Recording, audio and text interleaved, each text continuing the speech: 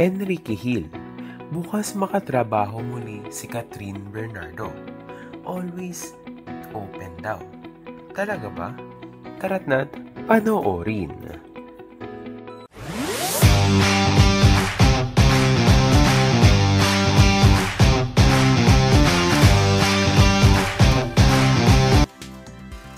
Handang-handa si Enrique Hill na muling makatrabaho ang box office queen na si Catherine Bernardo. Matatandang nagkasama na ang dalawa sa 2012 primetime hit series ng ABS-CBN na Princess and I, kung saan tampok din sina Daniel Padilla at Khalil Ramos. Kamakailan umugong ang balitang posibleng muling pagsamahin ng ABS-CBN sina Kat at Ken sa isang proyekto. Sa MMFF 2024, gabi ng parangal noong December 27, tinanong si Enrique Hill tungkol dito. Ang sagot niya, "I'm not sure about that. I haven't heard about that, but I'm always open to anything, of course." Nilinaw rin ni Enrique na kahit abala siya sa kanyang production company na Immerse Entertainment, hindi niya isinasara ang pinto ng pag-arte sa TV at pelikula.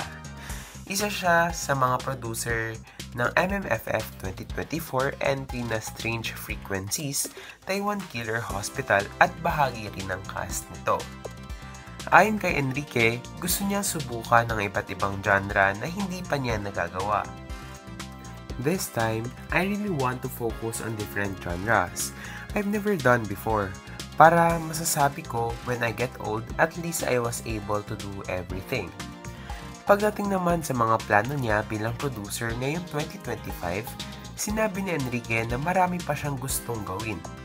"I've always wanted to do comedy, slapstick comedy, and then now I was able to produce meta-style horror. I still want to produce traditional style horror in the future, and I have a concept as well for an action horror." Inihayag din ni Enrique na mayroon siyang paparating na proyekto kasama ang ABS-CBN na siya mismo ang nag-pitch. "It's my concept. Ako yung nag-pitch sa ABS-CBN and super natuwa ako na nagustuhan ni na Tita Cory Vidanes and they greenlit the project. TV series co-production ko ito and I'm super excited. We'll be shooting in Europe next year but more details to follow pa."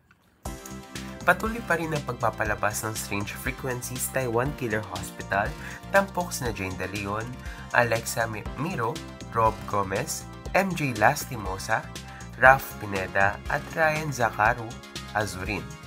Sa direksyon ni Kerwin Go, isa ito sa pang-10 entries sa ika-50 edisyon ng MMFF. Abangan kung matutuloy nga ba ang muling pagtatambal na Catherine Bernardo at Enrique Hill, isang kolaborasyon na siguradong ikatutuwa ng kanilang fans. At dyan nagtatapos ang ating chika for today. Ano kaya sa palagay nyo? Mag-comment lang dyan sa ilalim at huwag kalilimutang pindutin subscribe at bell button para lagi kayong manotify kapag nag-upload ako ng pinakabago at umaalab na chika. Pakipindot na din ng like at share button para marami pang ma-upload kagaya ng ganitong content. Yun lamang at paalam!